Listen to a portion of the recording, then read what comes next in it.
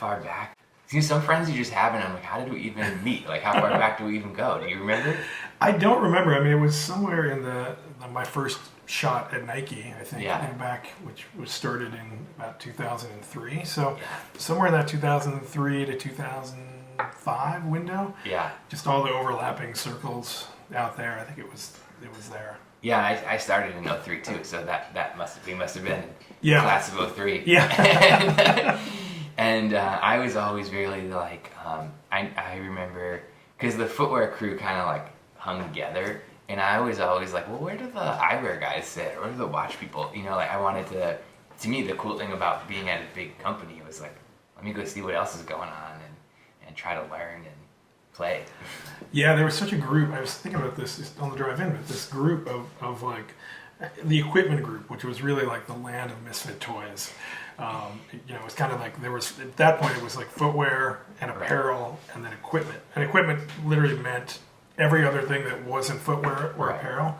But there was this studio of amazing people. It was stacked. It was stacked, and you can look now at what all those people have gone to do. And so I was really sort of excited to get in over there and just get to work with those folks. And some of those folks, like Scott Wilson, I had known since I did an internship with Scott in like 1994, I think. Oh, wow. So I'd known Scott for a long time. Where was that? Was that at ACO or? No, when he was at RCA at Thompson. So yeah. I was at school at Purdue, close by, like 2 hours away, and we had an internship program with Thompson. And so I went down there and saw a presentation and met Scott and got to spend a bunch of time with him. And he sort of became my early mentor because he was one of the first folks that was, outside of my little college group who was doing this, and he was really good. I mean, he's clearly a very talented guy. Yeah. And I started using Scott and I still have like stacks of his sketches from then because I would just take them, I would make copies of them and just study them because he became really the bar for what I felt like I needed to leave school able to either perform like or compete against versus just the grades or whatever that we were getting. So that experience was a real wake-up call because I'm not as talented as Scott. I wasn't then. I probably never will be, but I understood sort of how design was in more of a business context and kind of what the level was. And Scott's just a great guy. So he and I have been friends ever since and have managed to track with each other on various projects for decades now. Yeah, I mean, he's going to weave into a few of these stories that we're going to tell here, I'm sure. Yeah. But and that group of people and equipment, other than Scott, it was like Phil Frank, Albert Shum, running creative for Microsoft. Ed Boyd, who's been the creative director at Dell for a really long time. Yeah. Mike Prestovich, who's still in town doing really innovative stuff for lots of different people, kind of as a gun for hire. Stefan Andren, who's doing his stuff here in town. Like the list goes. It was a superstar on team. And on. Yeah, and it was kind of amazing. Peter Rupi, who was running that group, I give him a lot of credit for engineering that team and really cutting them loose to do some very amazing things. You wouldn't have, that team created the first Nike Plus venture, the Apple relationship, really opened the door to a lot of things that are just kind of standard today. Yeah. But I was just like, that was an amazing team of folks doing just incredible work. And like you said, they were like sort of sequestered off. No one really knew what they were doing. And I think Peter did a good job of sort of insulating and protecting them and letting them kind of do their thing. But then when equipment blew up, everybody just kind of had to scatter a little bit. Well, one of the reasons I was really excited to have you on, other than just you being my friend, was just I feel like you have this, you're such like a multifaceted person. And that's kind of an overused term, right? But it's like, I think of you almost in a weird way first as like a skateboarder and a snowboarder. And like as you're a pilot, you're a designer, a business owner, in addition to being a father and a partner. And you always seem to kind of do a great job of just doing all these different things, but well.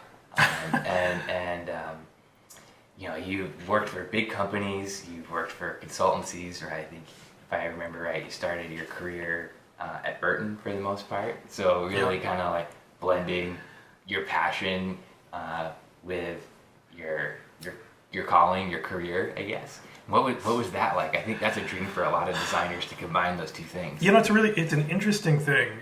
There. Just to back up for a second, like I was or am all of that stuff, and I've always just been very interested in lots of things, and I've honestly never felt that I was really great at any one thing. Like other people are just amazing at one thing.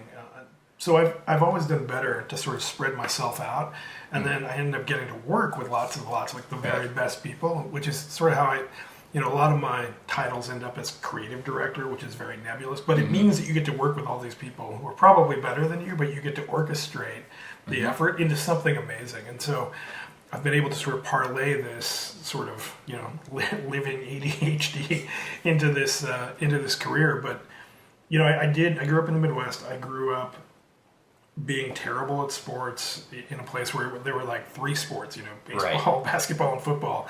And if you didn't do that, sports. Like that's it. Like there was no soccer really or much of anything else. And I just wasn't that athletically inclined. I was pretty nerdy. I drew all the time as a kid, but I drew, and I still have lots of these drawings, but my first loves were space, and I love space. And I spent tons of time with circle templates and triangles, drawing space vehicles, but they were very engineering focused. I still don't have like sort of the natural hand for form giving, but I'm pretty analytical. And so I went to school at Purdue to be a mechanical engineer because I really wanted to make things, and also Purdue had graduated more astronauts than anybody else. Wow, that's an interesting fact. Yeah, and Gus Grissom went there. He grew up like 20 minutes away from me and was a real inspiration in my life. Still is. Like he's the picture above the mantle. Neil Armstrong went there. Like big folks went there, and so I thought this was a really good way to mash up my love for like the figuring out and making of things with my love of space and this concept of space exploration. In middle school and high school, I really fell in love with skateboarding because it was never really considered a physical pursuit, kind of the way it is now. Like it's kind of funny because it wasn't a sport when we were growing up. Skateboarders are now the jocks, right? And it's funny there are these big factions of like, well, the jock skateboarders are now hated by the non-jock skateboarders, but skateboarding was really just counterculture at that point, and it became this physical expression, and it actually like got me in the best shape of my life and really built up my self-confidence and built all this friendship with these people that I'm still great friends with. So there's the whole diatribe of like skateboarding saved my life, but it was really important to me, and it still is. And that sort of led itself to snowboarding because in the Midwest, it's really cold in the wintertime, and so we did have these really tiny ski resorts, and they were kind of everywhere. There were few around, and so we started snowboarding with my skateboarding friends, and it was literally just an extension of skateboarding through the wintertime.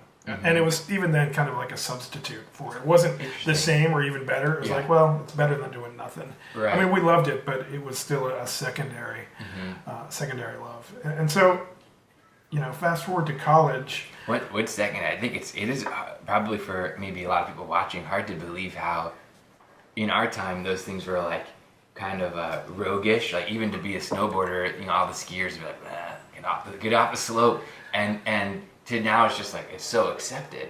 It's crazy. You just could have never predicted then that it would ever be where it is now. I mean, in the Midwest in the 80s, people would literally try to run us over for skateboarding, like not figuratively, literally. Yeah, just lots of calls and skate or die, and it was not an okay thing to do. Yeah. Like it is now. And anywhere you went in the Midwest, you were friends with anybody else that did that stuff. They would offer you a couch. They would give you a meal. You could travel with those folks. And today I'm still like in contact with this whole group of people that span from Minnesota to West Virginia and the Eastern Seaboard that were all doing those same things at the same time. And there was just like this full underground railroad of communication around that stuff. And in a day when there wasn't social media or these channels, it was hard for people, it's still hard for people to understand how any of this stuff actually worked. Right, yeah, it wasn't, it really was a word of mouth underground conversation, and there's got to be something to that, where, I mean, I think of like reflecting back on like the Steve Jobs book, where he talks about going to Reed College here in Portland and just kind of living this kind of countercultural life and then dropping out, and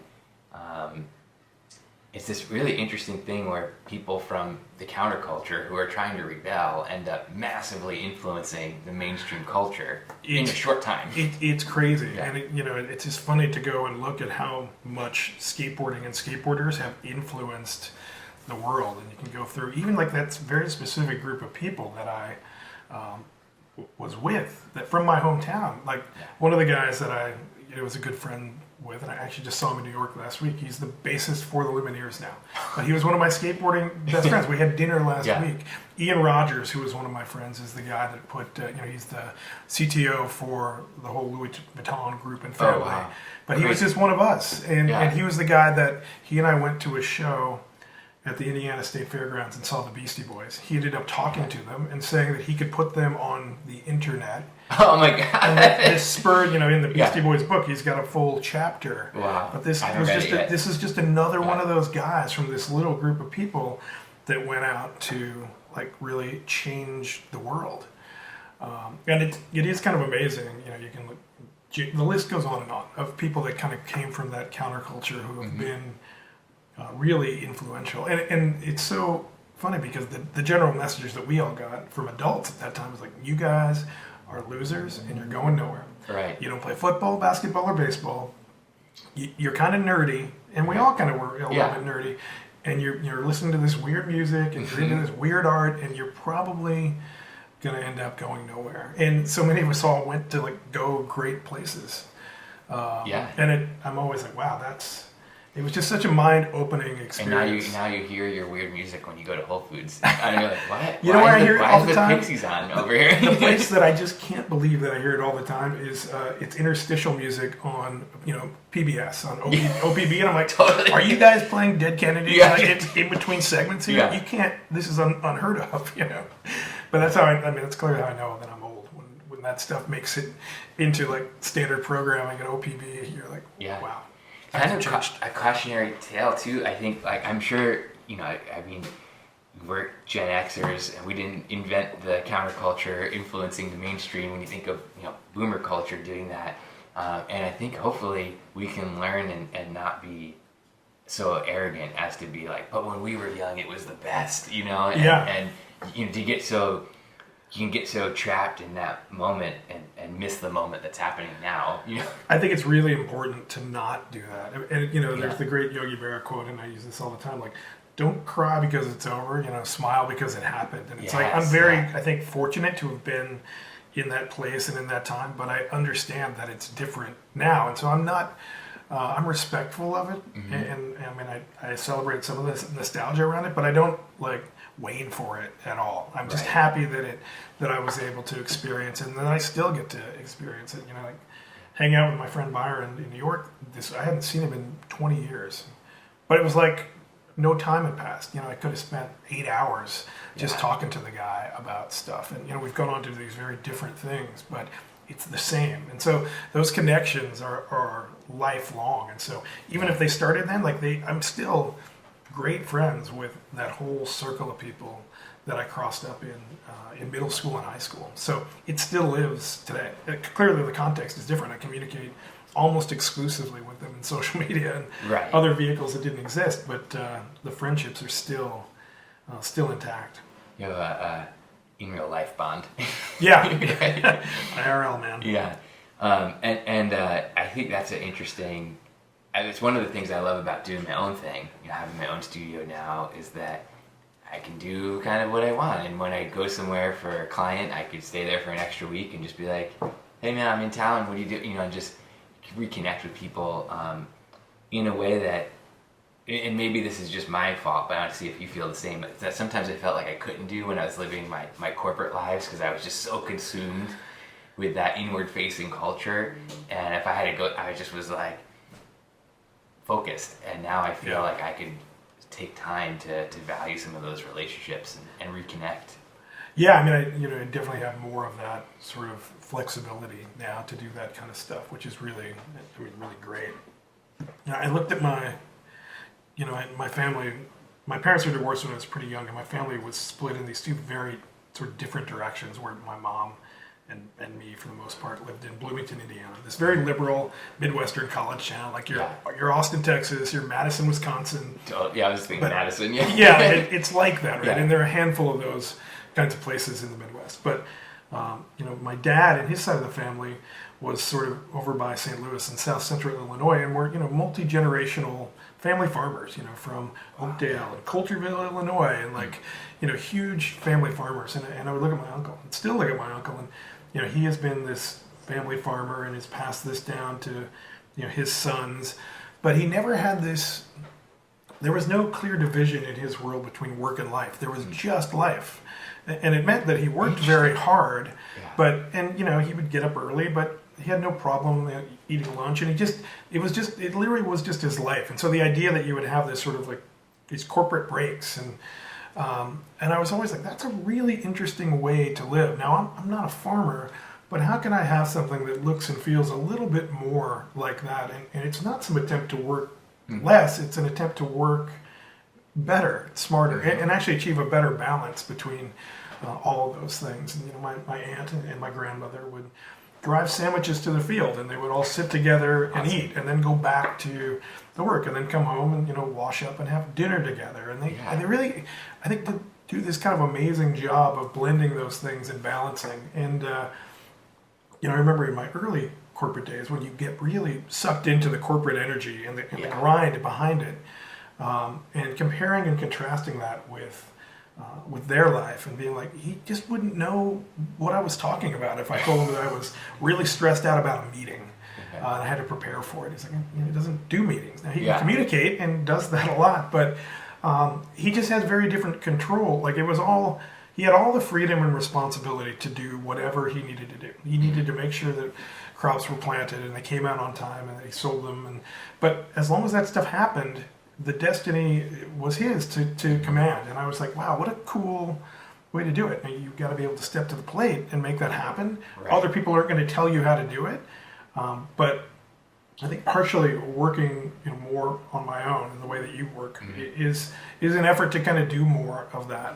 And I come home at the end of the day and I have a couple of hours with my family to eat dinner and get kids ready for bed, and that's sacred time, right? And I just, things don't really disrupt that, and I may need to go do some other stuff after that, and I may need to get up early, and I may need to find other times to get work done, but I think really trying better to achieve that balance.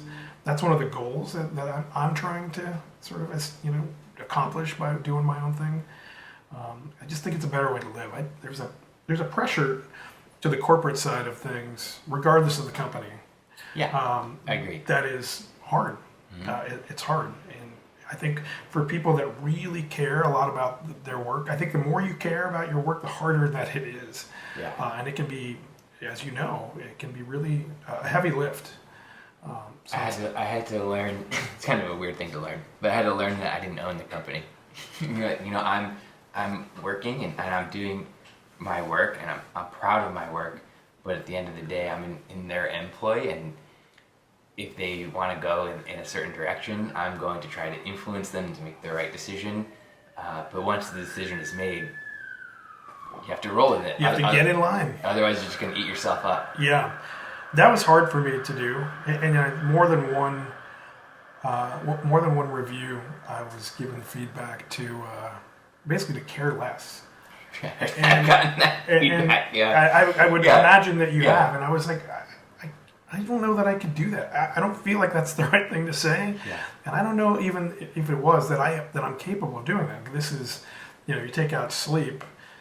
Work is the thing that you're going to do sort of the next most of in your life. It's really important to me. I never took it very lightly for a lot of reasons, and so I was always interested in doing the things that I thought were actually in the best interest of the company, which other people didn't agree with necessarily all the time. So getting that feedback that, hey, just chill out and relax and go with it more, even if it feels like it's going in a direction that I don't support, was hard for me. And I got that feedback repeatedly. Actually, I should find this. Just let me. Sure. There's a quote that I was given during one of my last reviews there that was given to me as negative feedback, as like something that I need to fix. And I read it and was like, you're kidding, right? Like that's great. And Yeah. no, this is a problem.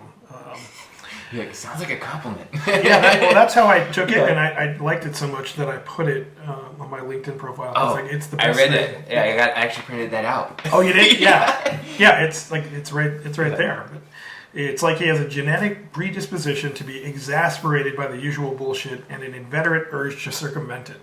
And when I read that as a compliment. Well, me too. So it was presented to me in a review as like, hey, this is a thing you kind of need to work on. You got to sort of soften yourself. And my response was, you're kidding, right? Like, that's the value I actually provide.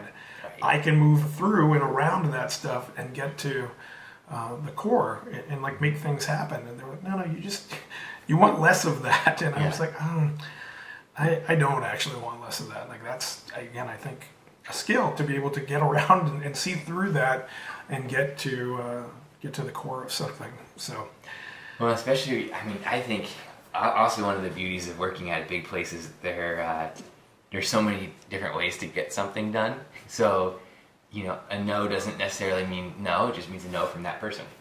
Like, okay, well, let's go to this group over here and see if they're interested. And but I could see how people who are maybe playing the game might get frustrated by that, and that's the problem. Is like I wasn't trying to play a game. I'm like, I'm just trying to do good work. Yeah, and then sooner or later those things started to blend together, and I ended up doing what I would call political design, and I literally would use a whiteboard to be like, okay, well, these are the players in the room. These are their motivations. This person needs to hear it from this person, and like really like designing communication strategies for concepts to meet like the somewhat selfish needs of these players with hopes that you would get it sold in. I mean, and again, you've done plenty of this too. Like, you understand what it takes to actually get ideas over the top, but I think the larger the company, the more political wrangling it takes. And I was spending a large chunk of time designing communication strategies. Yeah. Who wants to hear what motivates them? Where are they on the spectrum? How do they communicate and relate to other people? Are they secure? Are they insecure? Do they know? Do they not know?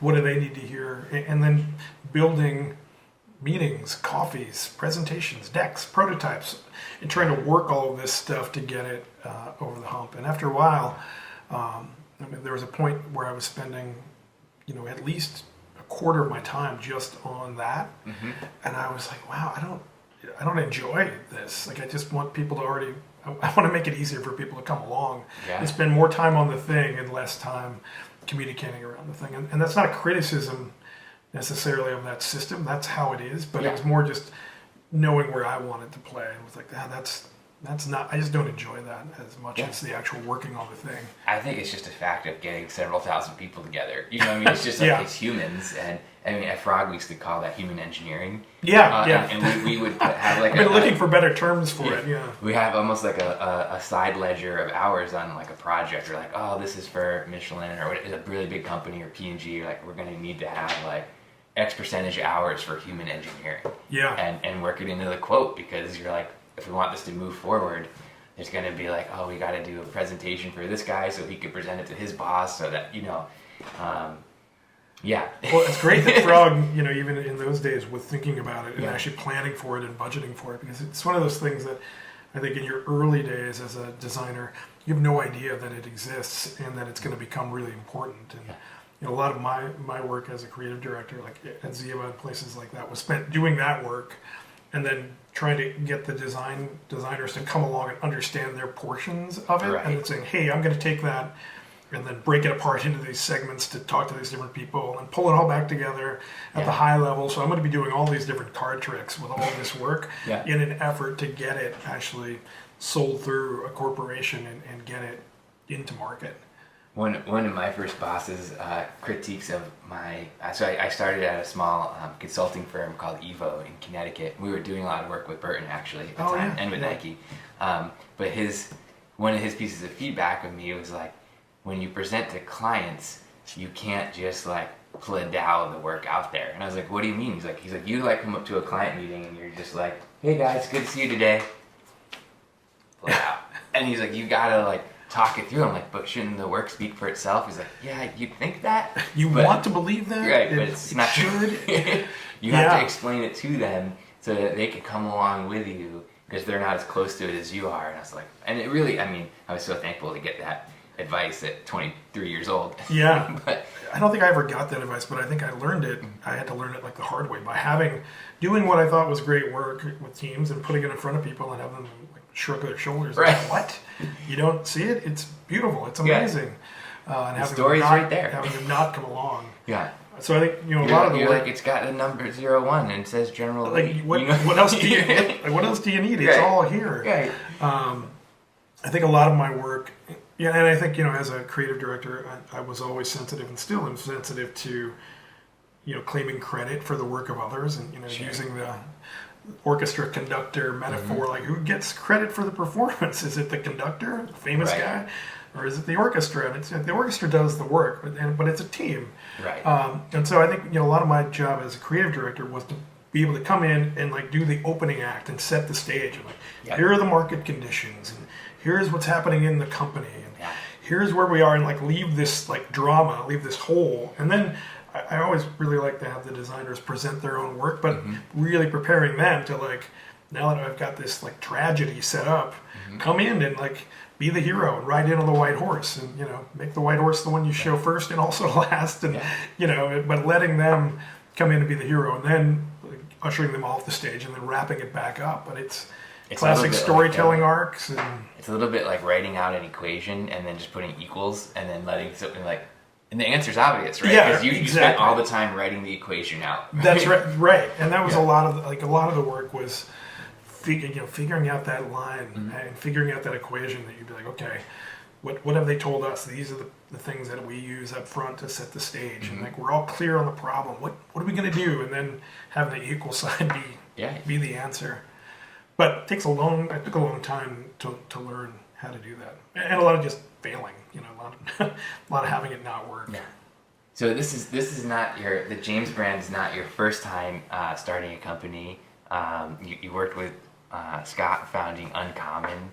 Were you always did you always have this kind of entrepreneurial spirit, or would opportunities come your way and you're like, I got to do this? How did some of those things happen? There a few things kind of came together to make that happen. But I remember I remember in one of my design classes at Purdue, this professor, Steve Visser, who I'm still in contact with, who was a great professor.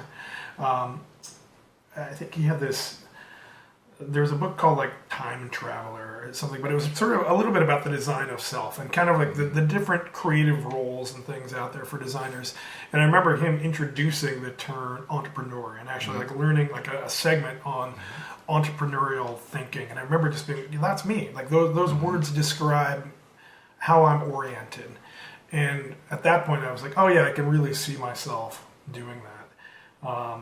And, after college, I did like kind of my first sort of micro startup was this little company called Hilljack. I don't remember why we called it that, but like a snowboard binding company that really kind of went nowhere. But I've always tried to do things like that. And I remember, when we were in high school, we printed like full bootleg Guns N' Roses T-shirts and went to the show and sold them and got arrested. And That's awesome. We had my friends Jeff Patch and Brian Patch, both out of my sort of skateboarding gang, had set up this screen printing business in Bloomington when I was in high school and Jeff was in college. And they were screen printing skateboards for lots of people across the United States. And so skateboards would come in on pallets and then we would screen them and then they would get shipped out on trucks. And so we all kind of had these entrepreneurial ideas and sort of concepts and actual businesses early. And there's just a lot of proof that, hey, you can actually do this. And I think there's a hump that you have to get over that's like, hey, you can actually do it. Right. And I remember while I was at Burton, the snowboard binding business was big. I mean, it was, tens, if not hundreds of millions of dollars, probably not hundreds, but a lot of money. I'm sure, yeah. And I was young, I was in my 20s working there and feeling like I was delivering a lot of value for this company for fairly little return. And I don't think it was unbalanced. I mean, that's the nature of a salaried employee working at a corporation. I mean, they clearly had distribution and brand and all these other things that I didn't offer, but You were learning, you were learning a ton. Yeah, exactly. Yeah. But I was like, man, I think there are ways that I can deliver value more directly. I think that I will find some more of those ways. And so, like, the first time that I really sort of bucked up to do that was with Scott and with Uncommon. Yeah. Yeah. Which was, I mean, also, so just for those of you who don't know, this is one of the first products, and I mean, that kind of digital printing at the time was, I mean, you were like a smartphone, which is a new thing. So we had like a smartphone, which is a new thing, digital printing, which is a new thing, phone cases, like, there's all these things coming together. Yeah. I mean, and the way that this sort of came about, I mean, there were a couple of things that were driving this, but Alec Ishihara, who was another one of the folks that worked. Yeah, great, incredible guy. He's also at Microsoft with many of, with Phil and with Albert Shum and other folks, he had been exposed to some of this new technology that actually involved really high resolution dye sublimation printing into thermoplastics. And so it wasn't a sticker, it was actually like, it had depth in the material, so you could drop it and scratch it and it stayed on. And it had this ability to actually get around. And dye sub is like, for people, it's like a dipping process, right? This is actually not like a dipping process, it's actually like a film that gets vacuum formed around the case, and then with some heat and some light, you actually transfer the ink off of this like aluminum foil film and like deep into the plastic. Got it, thank you. Sure. And so this technology was really amazing. Nothing like that really existed, but Microsoft passed on it at the time. They didn't have a use for it. Yeah. So I believe they were in contact with Scott. Scott was doing a lot of design for Microsoft, the Xbox and the cameras and all of those things. And so Scott saw it, and it was, Uncommon was Scott's concept. He was like, oh man, here's a great opportunity, because all of a sudden everybody has this exact same phone. And so there's no way to use the phone as a way to differentiate yourself from everybody. And in those days it was, offered in one or two colors, right? And so the idea of bringing sort of personalization as well as like protection to that space was a big idea. And, that market, the iPhone protection market is a huge market still, right? Especially when you make them in all glass and things. Right. Wow. Fragile materials. We should really do some stuff to work on this. So he had the idea of taking that technology and this new sort of consumer problem and making a business out of it. And so he contacted me about it, and we talked about it. And so I left my job at Nike to go and do that full time. Wow. Which was equal parts terrifying and invigorating, and it was like the full roller coaster ride of everything. Yeah. But I mean, the number one sort of outcome of that, we went from basically having a concept, and we didn't really even have a design for the case at that point, to like fully operational business in a matter of months, like less than a year. Yeah. And that involved like designing, prototyping, and then making full production, like, two-shot injection molding tools in Asia, packaging design, figuring out this entire sort of system for the printing of those things, working with Instrument here in town, which at that point was like 8 people. Yeah. Also friends of mine from Vermont that come out of the skateboarding, snowboarding world, to build a full configuration user interface that had never been built before. It was all custom coded. Working out licensing agreements with a bunch of artists, all of the kind of San Francisco street art crew. So we just did this immense amount of stuff in this really short period of time. And it showed you what was possible if you actually knocked down all the obstacles and were forced every day to just really figure out like what the next thing to do was. Like if it was all critical path, like if there wasn't like other stuff in critical path, like everything was critical path, like how much could you get done and how quickly? And I remember once we got that out and operational, I mean, we didn't do advertising really. We, there was some good PR around it.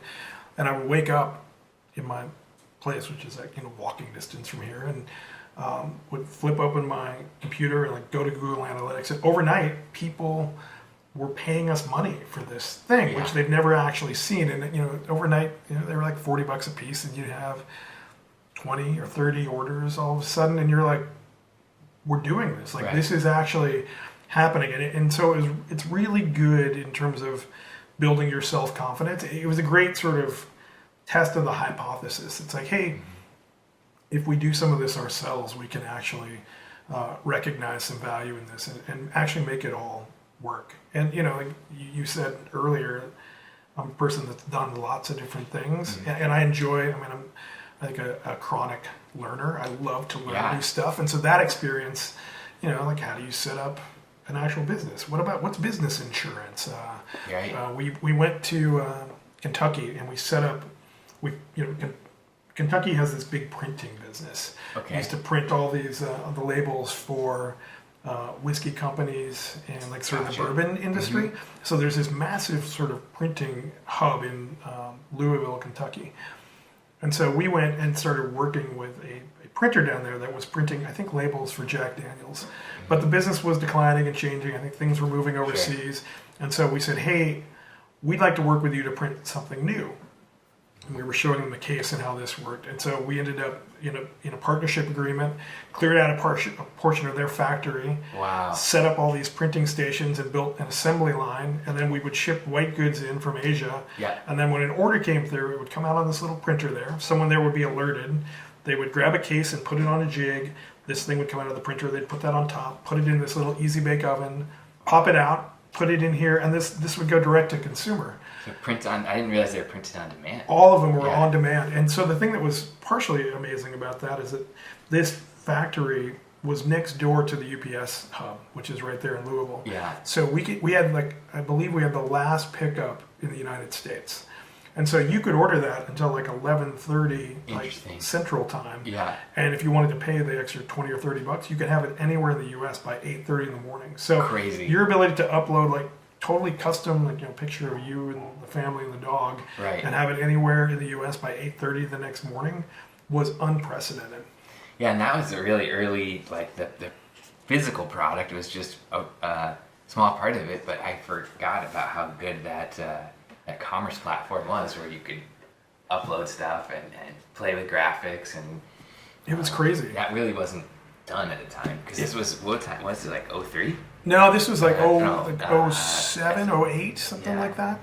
But it was like we built from scratch an entire e-com platform that involved customization and that interface, actually collecting revenue, and then shipping. Like we built it end to end from scratch. There was a guy there, I think he works for Apple now. He worked at Instrument named Scott Andreas, who was just an absolute ninja. The only person I've ever seen that had like 2 computer setups and could at one time use one hand on 2 keyboards to be doing 2 different things. I mean, he's on a different plane. And I've gotten to work with a few people like that, but he built that from scratch. And what was the arc of that brand? So it went on, you know, we launched it, it was trucking along, and then it got acquired sort of the first time by a company that was doing lots of other licensing and lots of other cases. And so I left sort of after that, and I went through, I'll come back to this in a second, but I went through like postpartum depression as a part of this. So it went on to get acquired, and then it got acquired again. I think last time I heard it, like the annual sales were north of 30 million on that. And it's still, I think the brand itself has been sort of diminished, but the technology has now been, the back end and the technology has been sort of distributed across a bunch of other brands. We have a few different patents on that stuff that have gotten, I think, more broadly applied. But it was crazy. I mean, I just, the number one thing I left there with was just the confidence that, hey, you can do this. Like, again, if you apply design and design thinking and process to all aspects of this thing, it'll work. Not just a chamfer. Exactly. What's Tim? I keep blanking on his last name, from IDEO. Shoot. Anyway, you know, there's a lot. He's responded a lot to this idea of like, how do you move from being like a designer to being like the president of this big organization? And you know, his answer I thought was really really smart, because it basically says it's the same thing, You're a designer, you're a problem solver. And so if you're good at that, you can apply the same approach to almost any set of problems and get results. And so running a design firm, running your own business is a design problem, and you use the same methodologies that have got you through to everything else, and they will get you through those things too. I always think of being a good boss as a design problem too. Like, and when I was chief design officer at Sound United, my team had grown to like 20, 25 people. And you just start breaking it down like a design problem of like, how am I going to organize this group of people so that it works for me as well as new people? And then who is this person? Like, how am I going to get them to do what I need them to do so that they want to do it? Well, I need to learn about them. I have to do design research basically and spend time with them and have coffee. Like, it was all part of it. Like, I have coffee with them and I'm learning about like what motivates them so I can figure out how I can make it align. And I know it's not going to align forever. Like, I hope that someday, I always tell my team, like, my goal is to get you to be the most heavily recruited team ever. And it's my job to keep you. But if I can't, if our paths diverge, you, in my mind, graduate. And that's great. It's like instead of shipping a product, it's like I shipped you. you as long as you go on to somewhere bigger, better, cooler, like, I'm happy for you, you know? Yeah. Or doing more of what you want to do, I should say, you know? I think that's the right way to think about it. I mean, Andy Grove from Intel, who I think is a really interesting person as a business mentor. He's written this book called High Output Management, which is kind of like a management fundamentals book, and he uses this analogy throughout of like a business as a restaurant that's making breakfast, and he applies it again and again. But his approach to leadership of people is like, hey, you really only have two responsibilities: train and motivate. And so if your folks are already trained, then your only job is to motivate them and motivate them in the right direction. And I remember being at Nike and at Ziba and being a little bit flabbergasted and a little bit sort of flustered with how many coffee meetings like bosses were having. Like, oh my gosh, you're just going to get coffee again? What do they do? Like, they don't do any work. They're not doing anything. They're not producing. And then come to become that person and realize those are the most important meetings you have all the time. I mean, I have coffee, like you and I have coffee. I have coffee with people chronically, and I always take the meetings because that's how you get to know people and know what their motivations are and help get them motivated.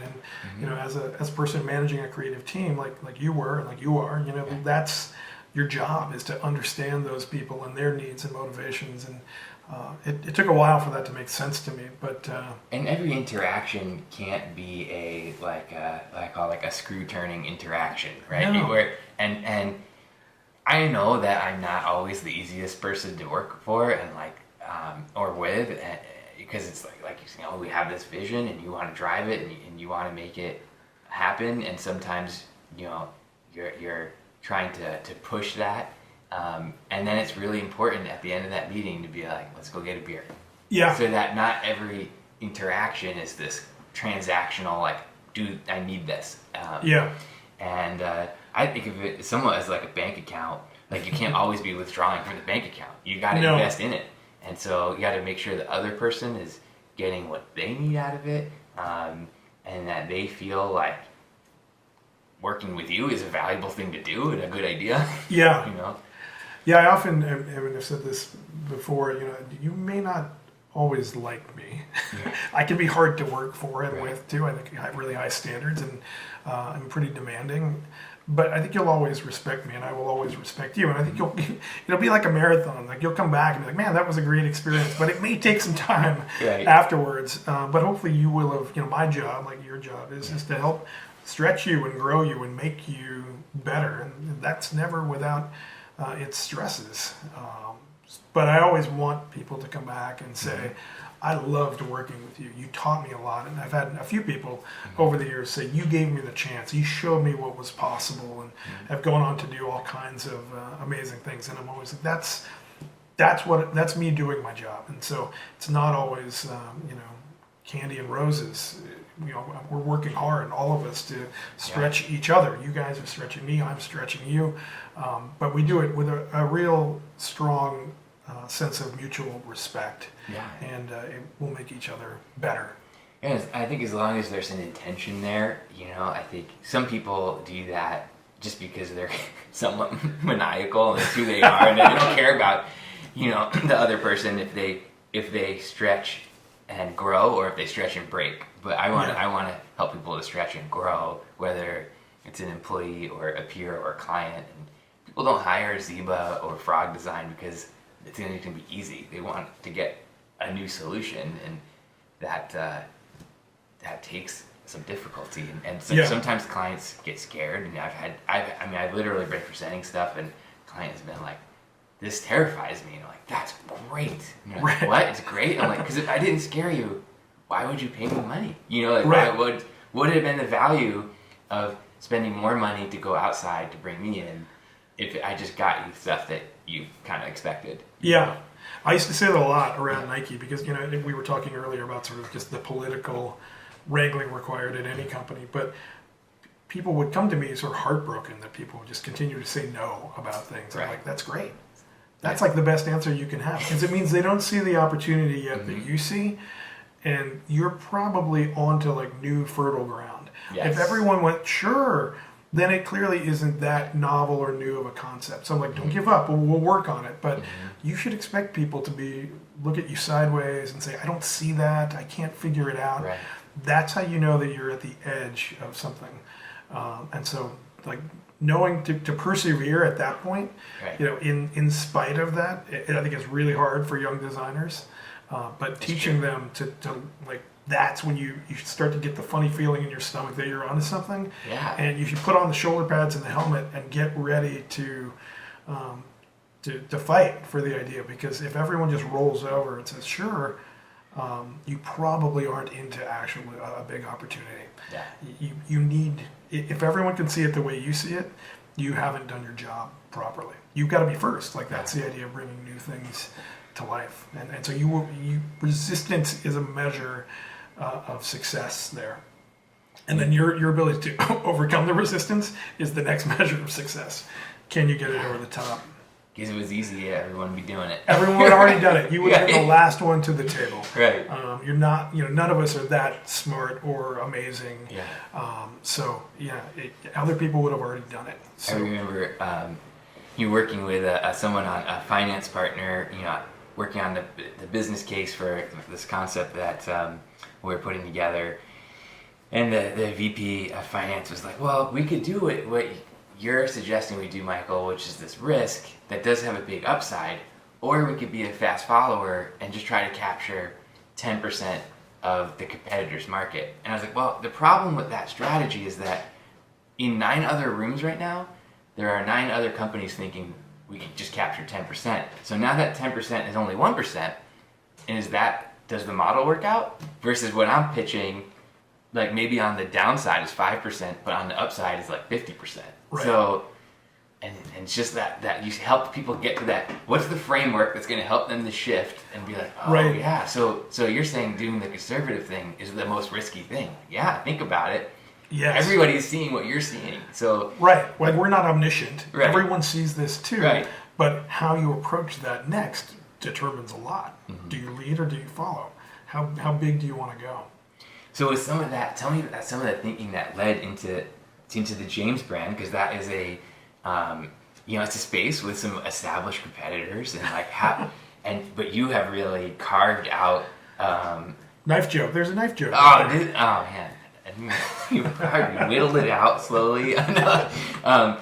But you really made a brand that has, in a short period of time, is really well known and I think has like some staying power. So I hope so. Yeah. What were some of the thoughts that led into it? Well, just going back a little bit to my Midwestern roots, mm-hmm. As a kid, my dad was a coal miner, and he used to get pocket knives mm-hmm. as like awards for service. Got it. And so they were these really important things. And as a young kid, I always hoped that I would get one when I was old enough. And I do think that there's this really interesting historical significance in the object, but even you can unpack that even further. But even in my own sort of experience, it's this sort of gateway to that again, that freedom and responsibility of like, hey, this is a thing that enables a lot of other things for you. It's a freedom giving device, but it comes with a lot of responsibility. You are probably going to cut yourself, and if you're not careful, you could hurt others. And so it involves a lot of trust, and it's a thing that when you are given that responsibility, you are being shown that you are trusted, and then you have to trust the actual object to do things like not fold over on your hand, right, and injure other people. And so the object has always been very interesting in that, because very few objects sort of carry that kind of weight to them. And again, that weight goes back to the history of man, like to the beginning. It's one of the very first tools for those same reasons. And so I grew up in the Midwest on a farm. I always had pocket knives and things around, and used them for lots of, cutting ropes on hay bales and whittling sticks, and camping. And my mother carried a Swiss Army knife in her purse for most of my life. And I remember getting a Swiss Army knife. I was a Boy Scout, had those knives, and I remember getting a Swiss Army knife like as a Christmas present from my grandmother. And it was maybe my first like product love, because it was so red, so shiny, and like you could look at that surface under the light, not a scratch on it, and those blades are polished, a perfect mirror. And I would take that thing and oil it chronically and wipe it down, and like it stayed in its box. And I've always been like, I'm the kind of person that was always attracted to packaging, and my mother would probably still lambaste me for always choosing the most expensive everything. But I worshiped this product as a kid, and I went for a long time without, really. I mean, I always had knives around, but I didn't like carry a knife around all that often. And then while I was at Burton, Burton had this shoe company called Gravis. I remember, yeah. Yeah, and so I had some good friends over there. One of my best friends, Matt Capozzi, who's here in town and works in a lot of, from Cinco Design and lots of other ventures. He and I were working there together, and he was at Gravis, I was at Burton.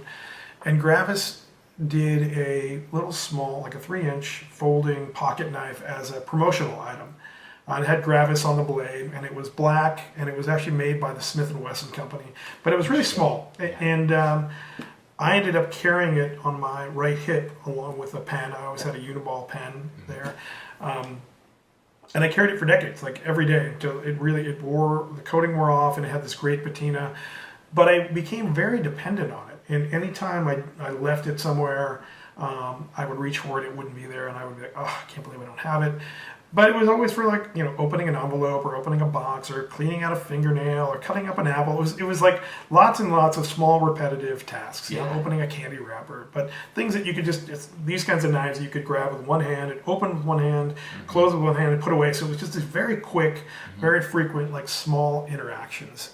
And so I had done that for a long time, but I would look at this object and say, this object doesn't actually represent my values. Like, it was really overbuilt. It was overly swoopy. It had like a completely non-functional, like cheap plastic inlay. It was just overdone and overly designed. And it was from Smith & Wesson, and I wasn't like a Smith & Wesson brand person. And just started looking around at the space, and I was like, well, there's no one that actually makes the product that I actually wished that I had, which is not that wildly different from this one from a performance standpoint, but aesthetically, I would surely like clean up all that stuff and try to hide the fasteners and use some better materials. I wouldn't change the size that much, and I don't really need much from a performance standpoint. So that was the first product exercise. I was like, hey, could I take that thing and clean it up and make it into something that I wanted? And so that ended up becoming this knife, the Chapter, which is just very straightforward and simple. And at the time, the trend in the knife world was completely opposite of this. Blood grooves, camo handles, add more and more stuff to it. Like the more like concentric things you put around the main pivot here, the better. And so we were completely looking at it from the other perspective, this reductive perspective. And I knew nothing about this category. Absolutely nothing, which is kind of a blessing and a curse, right? But I had no preconceived notions about what was right or wrong in the market. So that was kind of the product exercise. But then the next exercise, and they were kind of in parallel was like, well, who does this? Like, what's the brand? Like, what is there? Right. Yeah. Who's doing this? And I think generally, I'm more comfortable always being like, if I was in a band, I would be the drummer or maybe the bass player. I'm not the front man. And so this was not going to be Ryan's Knife Co. But the idea of James, what it was this person who I at least aspired to be, which, James was really this trifecta of James Bond, James Dean, and James Cook. Interesting. And the thing that tied them together was this kind of ability to move seamlessly between lots of different environments with confidence. And so James Bond could fly a helicopter, but also, play a really good game of, any of your casino games he was great at, and he can move like from black tie to motorcycle to, any of those things seamlessly. And so this idea, in the James context of being able to move from like this sort of Portland urban environment, but into the radiating outdoor elements and back, seamlessly was like, that was the idea of James. James Cook discovered the Hawaiian Islands and was ultimately eaten by Hawaiians, but was like this crazy leader that like set off on these crazy expeditions and had a lot of confidence and would have carried stuff like this. And James Dean and his sort of split personalities of like Hollywood bad boy, but also sort of tortured soul, like the rebel without a cause. So that was sort of the brand idea. It's like, could you my experience was with these big lifestyle brands, like Burton and Nike, and it was like no one had ever taken the lifestyle brand approach to this category. And I think part of the benefit of doing the things that I've done is that we had this incredible network of people that I knew and that we worked with who actually used this product. Like all of these, helicopter pilots, professional snowboarders, professional surfers, skateboarders, artists, photographers, designers, they all use things that are in this realm. And so there was no one that was ever speaking to them. And so that was sort of the brand idea. It's like, well, let's see if, like a lot of things, you start out with it being a little bit of a selfish endeavor, make the thing that you wish you had, and kind of wrap it up in a brand idea that makes sense, and then see if other people come to the table with you. So that's kind of how it got started. And then you've been extending out into, more, knives that do have a couple more features, and then carabiners and special editions, pens, and I always love your packaging, which is just phenomenal. It's just mixed materials, and it was just stuff like at the time you could buy like a fantastic knife, like a knife that was really amazing, and it would come in a poly bag and like the world's cheapest cardboard box. And again, the people that I sort of communicate with, I think, expect better sort of omni-channel experiences from the site to the packaging. Where I think a lot of the competition in this space had really, like they really had a manufacturing orientation, and they would make good products. I mean, I don't have bad things to say about a lot of the products, at least from a functional standpoint, but then they wouldn't finish the deal and actually like give you a brand up front and a product at the back end and then good customer service all the way through. They just weren't thinking end-to-end experience. And a lot of the work that I do and the work that you've done is about thinking horizontally and getting all the touch points right, where a lot of the competitors, I think by necessity, were vertically oriented, running their own factories and like making the thing and maximizing the machine time was the number one concern. And so there was an opportunity there. Like I guess the hypothesis was, hey, there's an opportunity here to do something new in this category. And I think it's still.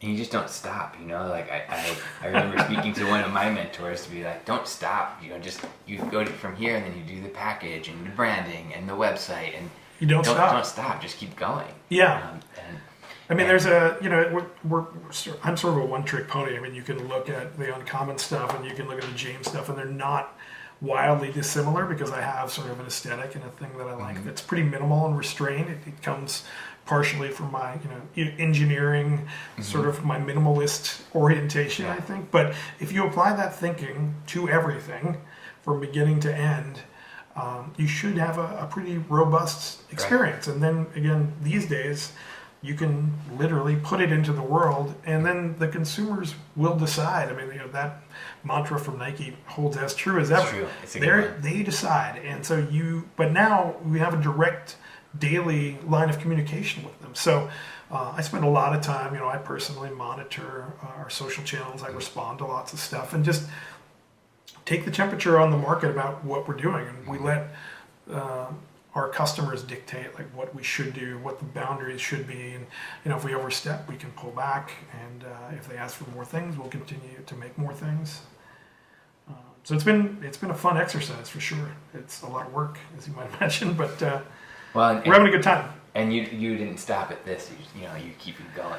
You're always keeping it fresh, and I think I'm excited to see what happens for the brand. So I think one last question before I let you go. So over the last 20 years or so, you went from Burton to Nike to Zeba to starting Uncommon and starting James.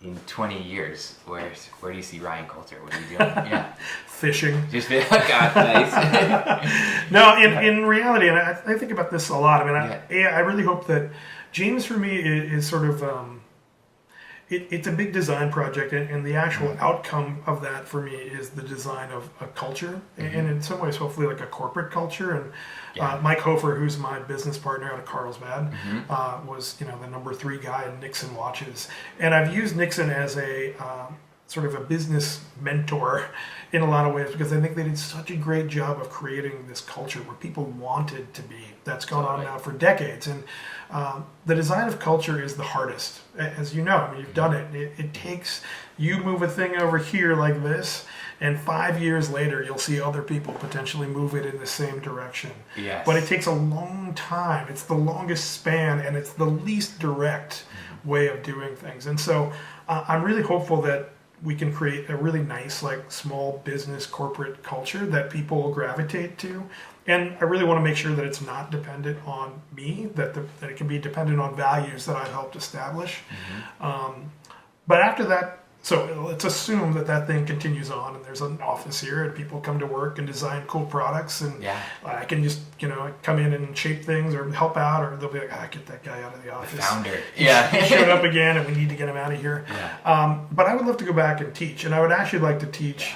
I don't know that I even want to teach design as much as I want to teach young kids like how to think and give them confidence like in themselves. So I think teaching is really hard, and I think it is so underplayed in our society that I would love to just go back and teach kids something, science, art, but just get in there and really work face to face with the next generation and try to get them to understand what kind of influence they can have on the world early. Because I think, we all have teachers and mentors and parents, hopefully, that did that for us. Right. And there's nothing that I think is more valuable than that. If they learn that they can actually do it, and this is what skateboarding did for me and my parents and other things, then the world is literally their oyster, and it's going to be theirs to shape. So that's kind of what I hope I end up doing. Yeah, I think teaching is criminally undervalued. I'm so with you on that. People do not value it enough. Those people are doing really amazing work. Yeah, and I think the problems that our generation, the next generation, the generation after that need to solve aren't going to be surmounted by rote memorization. It's going to require creative problem skills and the ability to have a vision and get other people to magnetize to that vision. A lot of things we've been talking about. So I think that would be a pretty noble 8th act or whatever it would be. Infinity Act. I would be happy with that one. And, you get your summers off. And, there's some nice parts about that. But I do feel like it's a very noble pursuit. And, we're living in this time when science itself is under fire, which is sort of amazing that it can be happening now. But it's like getting people exposed to that and having them go through their own little daily science experiments where you're testing hypotheses and seeing what happens and believing in what you see and sharing that. I just think that's a really important skill. Like you said, I want kids to learn how to think critically and how to be positive and have that sort of self-drive and self-belief to know that they can actually influence things. That's awesome. Well, thanks for joining us today, Ryan. As Sure, always, thanks, Michael. I love talking with you and look forward to our next chat off camera. Me too. I'm sure we'll be having coffee sometime soon. Sounds good.